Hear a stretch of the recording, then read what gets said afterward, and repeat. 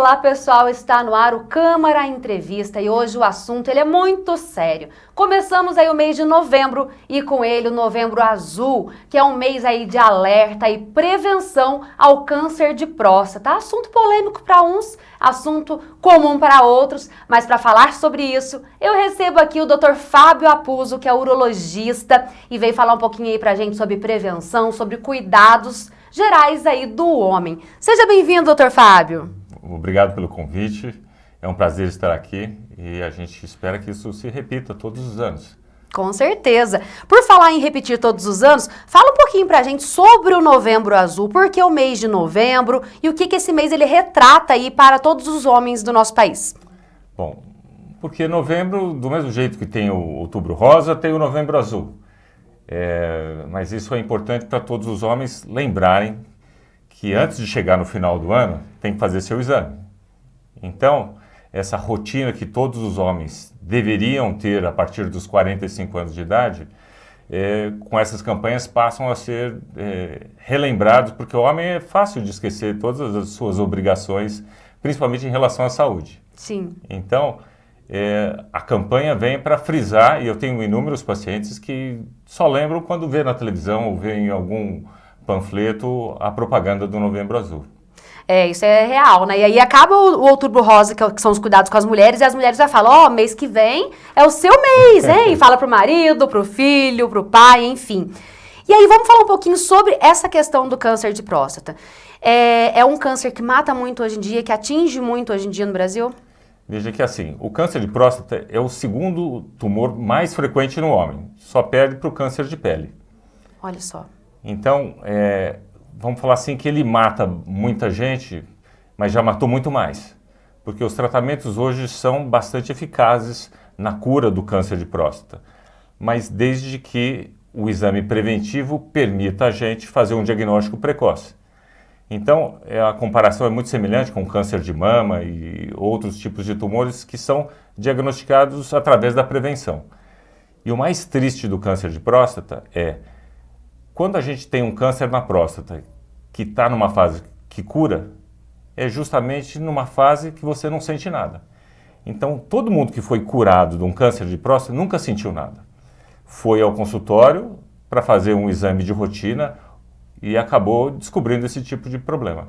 Porque quando começa a dor, os sintomas, o negócio já está mais avançado. Então, infelizmente, o câncer de próstata ele é tão silencioso e tão lento que ele saiu da próstata, vai para os ossos e aí começam dor nas costas, emagrecimento. E esse tipo de sintoma num paciente idoso é comum, né? Paciente idoso emagrecer, paciente idoso ter dor nas costas. E quando a gente vai ver, é um tumor numa fase avançada e que já não tem mais cura. É complicado. Então, por isso, mais um motivo para o pessoal se alertar e todos os anos fazer o preventivo, né? Exatamente. Todos os anos fazer o preventivo, mas um fator muito importante é o fator hereditário. Quem tem pai, tio, irmão ou avô que teve câncer de próstata tem o dobro de chance de ter câncer na próstata do que quem não tem ninguém na família. Isso significa que em vez de ele fazer o preventivo dele a partir dos 45, 50 anos de idade, tem que começar aos 40. E isso significa também que em vez de ele ir ao consultório uma vez por ano, ele tem que ir 2 vezes por ano. Não 2 vezes por ano para fazer o exame do toque, mas um semestre faz exame de toque, outro semestre faz o exame de sangue. Então, e eu tenho inúmeros pacientes que eu já operei o pai, já operei o filho, e que isso é bastante evidente, a hereditariedade do câncer de próstata. Entendido. Então é a partir dos 40 anos, caso tenha algum caso na família, sim. E 45, caso não tenha. Não tenha. Todos os homens, a partir dos 45, precisam fazer o exame preventivo. E aí o senhor falou aí sobre o exame de sangue e o exame de toque. O exame de sangue é aquele PSA. É o PSA. E aí tem que fazer os dois com 45? Tem que fazer os dois. Então, muitas vezes, pacientes que vão ao consultório a partir dos 40 para fazer exame de cálculo renal ou qualquer outro tipo de problema, eu falo, olha, eu sugiro que vocês comecem a fazer o exame de sangue que o cardiologista, o clínico, muitas vezes pede, e a partir dos 45 faça o exame completo. E prestar atenção, porque não é todos os médicos que têm a noção dessa importância. Então, muitos passam essa informação para o paciente falando, olha, se o seu exame de sangue der alterado, eu vou te encaminhar ao urologista. E que não pode ser feito dessa forma. Se o problema é a partir dos 45, não tem que esperar o exame de sangue ficar alterado para procurar o urologista. E não tem que fazer só o exame de sangue com o clínico e quando der alguma alteração, ser encaminhado ao urologista. Então, essas informações do câncer de próstata servem tanto para nós homens, como para os colegas médicos que acham erroneamente que só fazer o exame de sangue resolve. Então, assim, é importante fazer os dois. Às vezes não dá nenhuma alteração no exame de sangue, mas a pessoa tem alguma coisa que é descoberto com o toque. Exatamente. O câncer de próstata se manifesta no nosso exame através de um nódulo, um carocinho que você percebe no exame do toque. Que apesar de todo mundo achar ruim de fazer o exame, é uma coisa rápida, inofensiva, indolor, e que muitos pacientes falam, mas doutor, não é possível que todo mundo fala tão mal desse exame, é uma coisa tão simples. Realmente é uma coisa muito simples. Mas a propaganda que se faz e as brincadeiras que se faz em relação a esse exame inibem uma série de pessoas, e principalmente os mais velhos, 70, 80 anos de idade, onde ir ao urologista é um sacrifício. Muitas vezes as pessoas têm um preconceito, tem aí, como o senhor disse aí, uma piadinha, uma brincadeirinha a respeito do exame, que é um exame muito sério. Aí eu queria que o senhor falasse um pouquinho sobre esse exame, como que ele é realizado. O senhor comentou aí que é um exame rápido, como que ele é realizado e assim, por que os homens não têm que ter medo, não têm que ter aí esse tabu em realizar esse exame que pode salvar a vida deles, né? Já que é um dos cânceres que mais matam as pessoas em todo o mundo aí, né? Então, o tabu é só que um homem não precisa ir no médico, né? Tanto é que as mulheres... Já tem essa as tradição. mulheres têm uma sobrevida maior do que os homens porque se cuidam melhor. Uhum. Então, é muito mais fácil a gente encontrar viúvas do que viúvos. Então, nós já temos esse hábito de não procurar o médico, que isso tem mudado drasticamente, mas era o conceito do homem que eu só vou no médico quando estiver sentindo alguma coisa. E isso tem que mudar, já é uma coisa que nasce com as mulheres e você vê sua mãe fazendo isso, e que nós agora estamos vendo os nossos pais fazendo o exame e nós fazendo exames, os nossos filhos vão começar a ter uma rotina que isso é uma coisa natural, não é uma coisa fora do comum. E por ser tão simples, tão inofensivo, é uma coisa que não justifica a fama que tem. Mas como todo machista, né, ninguém vai enfiar o dedo em mim. Então é complicado. E muitas vezes se paga com a vida por conta desse tipo de conceito ou de atitude. Vamos supor que no exame o senhor encontre aí um nódulo, algo diferente. Como que funciona esse tratamento até chegar no diagnóstico positivo ou negativo para o câncer? Então veja assim, a partir do momento que nós encontramos ou no toque ou no exame de sangue uma alteração, se faz uma ressonância dessa próstata e se localiza um local suspeito. Esse local suspeito é feita uma biópsia e, na verdade, a biópsia é feita na próstata inteira, mas com ênfase nesse local suspeito. E essa biópsia que permite a gente dar o diagnóstico do câncer de próstata. E a partir daí se desenvolve as opções que existem para o tratamento do câncer de próstata. E ele é um câncer que, se descoberto logo no começo, ele tem algum alto índice de cura? Como que funciona? Um índice de cura superior a 90%. Então, quer dizer, é uma coisa muito alta. E muitos pacientes falam, doutor, eu não vou fazer nada porque eu não estou sentindo nada. Eu falo assim, olha, o senhor não pode perder a oportunidade que Deus te deu de chegar a um consultório, descobrir um tumor numa fase inicial e não curar, porque você acha que não está sentindo nada. Infelizmente, essa é uma doença que a gente não sente nada na fase inicial. Então, e quando pensar em fazer alguma coisa porque está incomodando, é tarde demais. Então, tem que tratar ou com cirurgia ou com radioterapia, mas tem que tratar. uma das grandes dúvidas que a gente vê aí do pessoal comentando e tudo mais é a respeito aí da sexualidade mesmo. Porque quando a mulher, ela tem aí um câncer de ovário, de útero, ela tem que fazer a esterectomia, tirar todos os órgãos ou do seio, tirar o seio. O homem, ele fica naquela dúvida, será que eu não vou ter mais ereção? Será que eu não vou poder mais ter relação sexual se eu tiver um câncer de próstata? Como que funciona essa questão da cirurgia? Então, veja que assim, realmente é verdadeiro que qualquer dos dois tratamentos pode interferir na vida sexual e que os homens de 50, 60, 70, 80 anos de idade já não têm uma vida sexual tão ativa como aos 30, 40 anos de idade. E que a cirurgia ou a radioterapia pode vir a interferir na vida sexual. Isso é fato.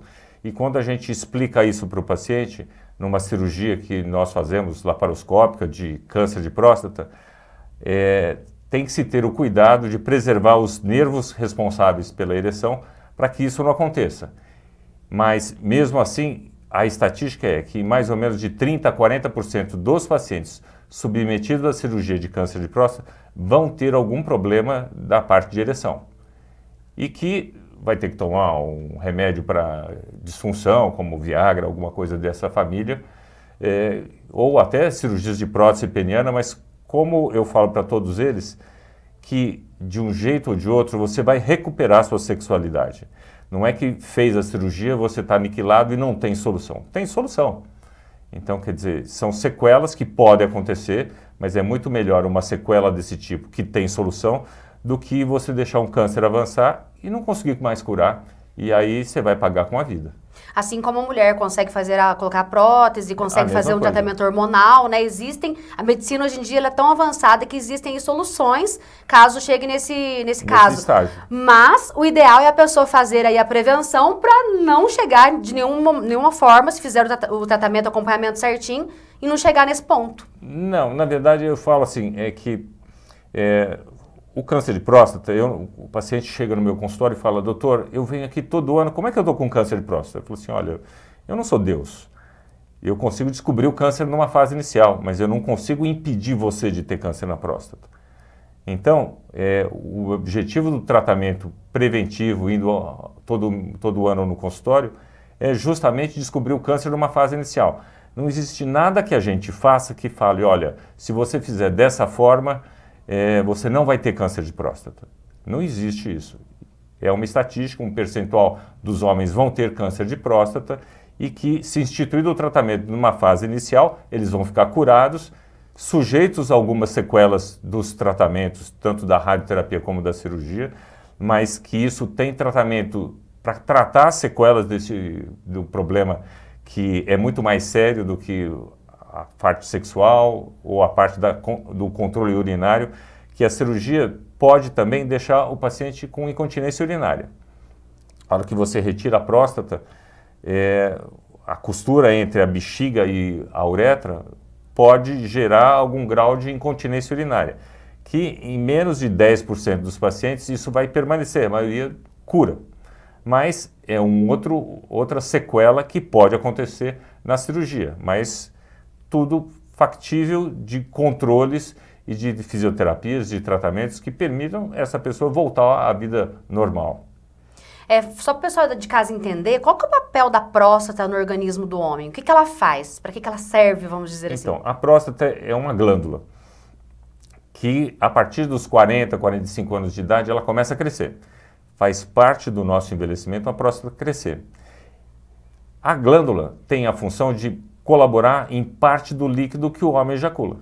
Então, é um órgão reprodutor, quer dizer, ela produz um líquido que permite o espermatozoide ficar vivo.